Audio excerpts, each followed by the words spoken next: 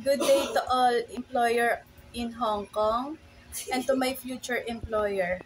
How are you, ma'am and sir? By the way, I'm Ana Ruth Fabriga, 34 years old, married and have two kids. My eldest is 14 years old and my youngest is 11.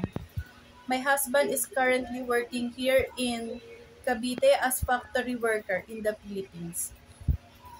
I'm a vocational graduate in here in the Philippines also. I have work experience as a nanny to my niece when she is 3 years old up to 7 years old.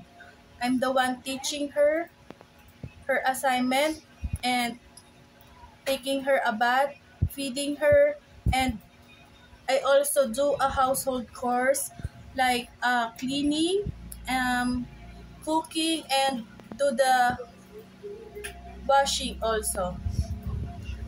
I want to work in Hong Kong because of the high salary. I want to have my child a better future.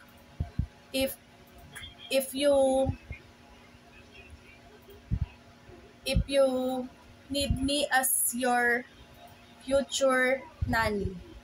Thank you. I hope you will choose me, sir and ma'am. Thank you very much.